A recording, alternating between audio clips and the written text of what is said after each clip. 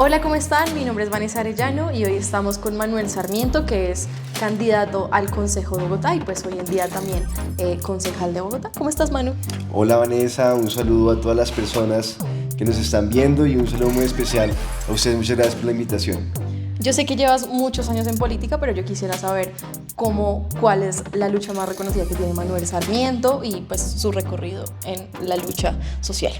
Bueno, yo arranqué o me vinculé a la lucha política en el año 2005, nunca se me va a olvidar, tenía 20 años, eso fue hace 18 años, hoy tengo 38. Estaba estudiando en la universidad en el externado de Derecho y siempre me ha molestado mucho cómo funciona nuestra sociedad, todas las injusticias que hay. Me acuerdo cómo llegaba la policía a desalojar a los vendedores informales que vendían ahí en la calle 12 y cuando llegaban salíamos como un grupo de estudiantes a apoyarlos y a evitar que los desalojaran.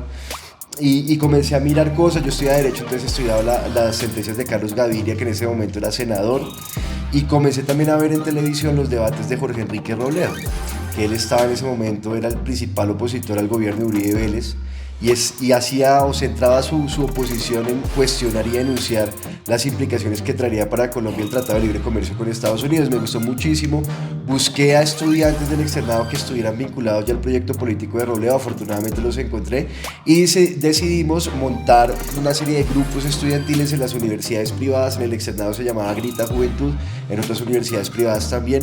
Conformamos lo que se llamó el grupos estudiantiles confederados, la JEC, y ahí revivimos el movimiento estudiantil en la universidad privada. Yo fui representante estudiantil de mi facultad, dimos luchas contra los créditos usureros del ICETEX, contra el aumento exorbitante de matrículas. Bueno, logramos hacer movilizaciones contra la reelección de Uribe Vélez. Terminé la universidad, me fue bien y Robledo necesitaba un abogado en su oficina. Afortunadamente me seleccionó a mí como su abogado. Trabajé 6 años con Robledo, ayudando o coordinando varias de las investigaciones sobre los debates que hacíamos, la zona franca de los hijos de Uribe, agroingreso seguro, la defensa de la producción nacional. Paralelamente me vinculé también al movimiento sindical, fui asesor de varios sindicatos, ayudé a fundar sindicatos y en el 2015 pues mi partido me dijo que podía ser un buen candidato al consejo. Fui candidato, salí elegido afortunadamente gracias al trabajo de muchos voluntarios y voluntarias. En ese primer periodo fue principalmente uno de los principales opositores al gobierno de Peñalosa. Alcanzamos una serie de luchas importantes y bueno, después salí elegido para este periodo de Claudia López. Esa ha sido como mi trayectoria. Y la lucha, no sé, la lucha que más recuerdo, la que me ha marcado pues en esta trayectoria fue la lucha contra la privatización de ETV, que han sido varias luchas porque a la ETV la han intentado privatizar en varias ocasiones. Cuando yo trabajaba con Robledo, la trató de privatizar Samuel Moreno, el gobierno de Samuel Moreno. Ahí fue que conocí a varios de los trabajadores de la ETV, en su sindicato, nos movilizamos, eso se logró derrotar esa intentona. Después, durante el gobierno de Petro, también se pusieron políticas dañinas contra la ETV, ahí también estuve en la lucha, llegó Peñalosa, yo ya era concejal y decidió o intentó vender la ETV.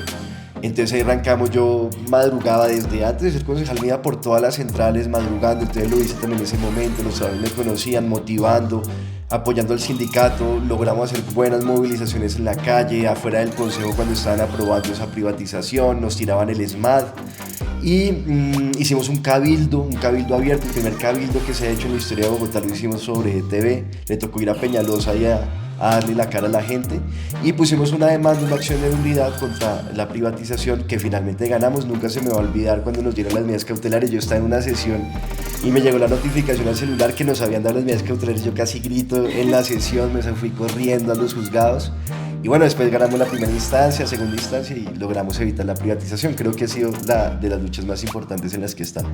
Manuel Sarmiento nunca descansa y eso lo tenemos bastante presente. ¿Cómo descansa Manuel Sarmiento? ¿En qué momento? Pues yo soy papá, mi niña va a cumplir 3 años ahora en octubre, hace 3 años, entonces mis momentos de descanso son pasarla con ella mucho tiempo, jugar con ella, enseñarle cosas. Y también ahora la estoy llevando, ahora que estamos en campaña, la llevo también a jornadas de campaña y cuando estoy, digamos, en medio de esas jornadas puedo estar un ratico con ella. Pues también es una forma como descansar, o sea, no es que me quede quieto viendo televisión, sino estando mucho con ella y bueno, me gusta ver mucho fútbol, también es una forma de descansar. No puedo ver mucho, soy hincha de Millos, me gusta ir al estadio, es uno de mis principales sitios de esparcimiento, aunque no pude ver mucho. Pude ir a la final de Millos Nacional, afortunadamente conseguí boleta para Oriental, Pero no son pocos los espacios de descanso que tengo y los trato de aprovechar principalmente con mi hija. Súper. Mencióname 2 retos para Bogotá para que se convierta pues en el motor principal de desarrollo de Colombia, por ejemplo.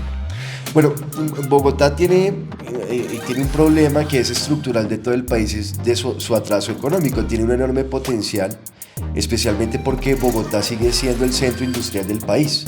La mayoría de la industria se encuentra en Bogotá, a pesar de que la industria bogotana ha sido muy damnificada por la política de la apertura económica, los tratados de libre comercio, en general la política neoliberal, que lo que hace es permitir que la producción industrial bogotana sea arrasada por las importaciones. Pues todavía tenemos un potencial enorme. Nosotros aquí en Bogotá teníamos fábricas pues muy importantes. Estaba Ecollantas, que producía llantas, la compañía colombiana automotriz que ensamblaba vehículos marca Mazda.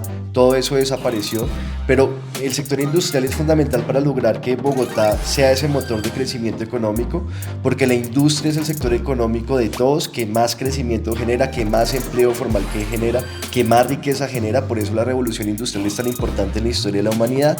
Y siempre hemos planteado desde Dignidad y Compromiso con nuestro candidato Robledo que el distrito debe tener una política industrial de fomento a la industria. Incluso en este periodo el Consejo aprobó un acuerdo que yo propuse para que el distrito fomente la industria bogotana a través de distintos mecanismos, subsidios, créditos blandos, compras públicas, que todos los bienes que necesita el distrito se los compre la industria local y no se le compre a la producción extranjera. Entonces creo que es fundamental para lograr que Bogotá sea ese motor de crecimiento económico, que tengamos una política de reindustrialización que genere empleo, especialmente para jóvenes, para mujeres. Eso además jalona la ciencia, la tecnología. O sea, hoy se habla mucho de inteligencia artificial y la inteligencia artificial tiene origen en los desarrollos industriales que exigieron que existiera mayor automatización de los procesos, y eso hizo que se desarrollara la inteligencia artificial. Entonces eso necesitamos en Bogotá, y además de esta, una política también de generación de empleo directamente por parte del distrito, porque para que la economía funcione debe haber producción, pero debe haber quien compre esa producción. Entonces podemos tener producción, pero si nadie tiene la capacidad económica para comprarla, pues no se va a hacer ese ciclo virtuoso en la economía. Entonces se necesita que la gente tenga empleo, y en Bogotá hay 450.000 desempleados, 1.300.000 personas en la informalidad. Con Robledo estamos planteando que Bogotá tenga un programa de empleo público dirigido particularmente a jóvenes, a mujeres, a población con discapacidad, en donde el distrito genere directamente 100.000 empleos. 100.000 empleos para que gente, por ejemplo, jóvenes en riesgo de caer en la criminalidad, trabajen para el distrito con todas las prestaciones, prestándole servicios a la ciudad, para que sean gestores de convivencia, para que cuiden los parques, limpien los parques, bueno, una serie de actividades que pueden hacer. Entonces creo que esas dos políticas son centrales para lograr un crecimiento y un salto económico para Bogotá. Súper bien. Ahora voy a preguntarte sobre el Transmilenio por la séptima. ¿Qué ha pasado? ¿Cuál es tu postura frente como a esa pues obra y proyecto que tiene pensado Claudia López para la séptima? Pues es un absurdo, yo he dicho que es un despilfarro de casi 3 billones de pesos de recursos públicos, porque es un proyecto primero que es prácticamente igual al de Peñalosa. O sea, es una troncal de Transmilenio por la carrera séptima que tiene graves implicaciones, genera muchos daños.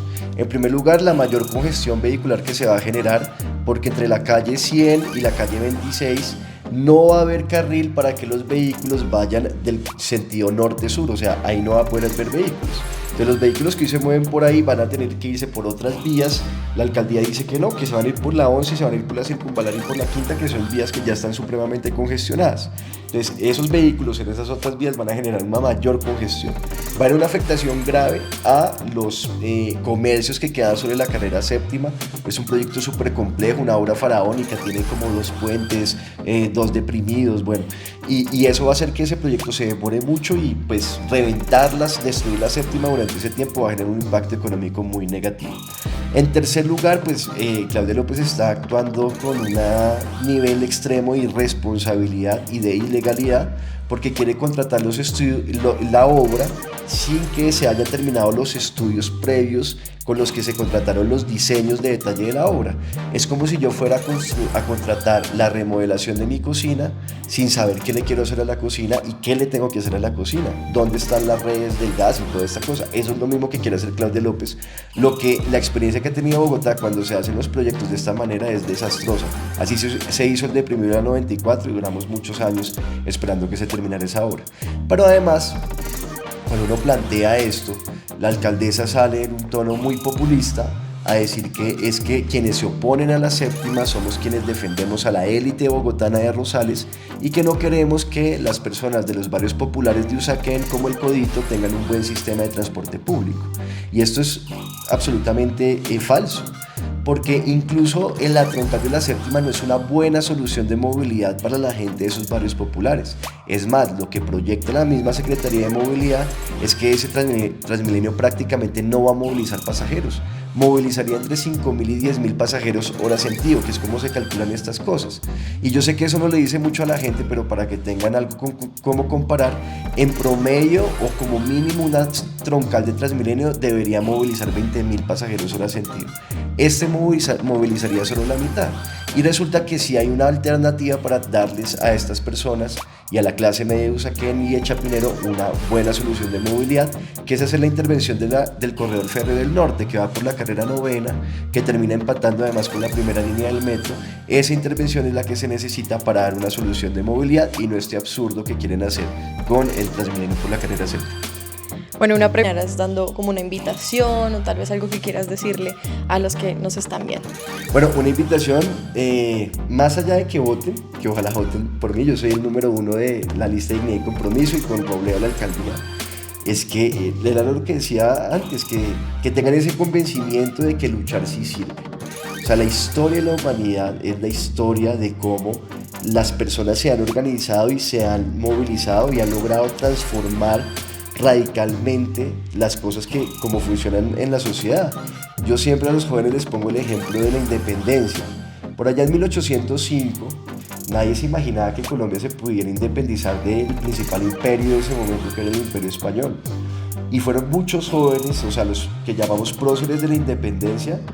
En su momento eran personas jóvenes que estudiaban en el Rosario, que estudiaban en el Colegio San Bartolomé, que comenzaron a organizarse, a movilizarse, a hacer tertulias clandestinas para conocer las cosas que estaban saliendo de la ilustración de Europa, no solamente en materia política, sino también en materia de ciencia. Bueno, todos venían de la expedición botánica de José Celestino Mutis, y ese núcleo de jóvenes que comenzaron a reunirse y todos fueron los que activaron esa chispa que después terminaría en todo el proceso de la independencia, en principio de la Nueva Granada y después de Colombia. Hay que hacer lo mismo y hay que tener ese convencimiento que podemos cambiar las cosas, que si nos unimos, nos organizamos, tenemos objetivos claros y luchamos, podemos cambiar las cosas, y especialmente una lucha que pues creo que es la principal en Colombia, que es la lucha por la soberanía. Colombia, a pesar de mostrarse como un país independiente, sigue sometida a todas las órdenes y todos los mandatos de las grandes potencias del mundo, comenzando por Estados Unidos. Nuestros gobernantes, incluido Petro, siguen siendo gobernantes arrodillados a los intereses de las grandes potencias del mundo, de las multinacionales, del capital extranjero. Por eso es que nos estrangulan, por eso nos saquean nuestra riqueza, por eso firman tratados de libre comercio contrarios al interés nacional, por eso privatizan nuestras empresas públicas. Entonces la invitación es a que nos organicemos, luchemos, y esa lucha debe tener como un objetivo que Colombia sea realmente un país soberano e independiente. Muchas gracias, Manu.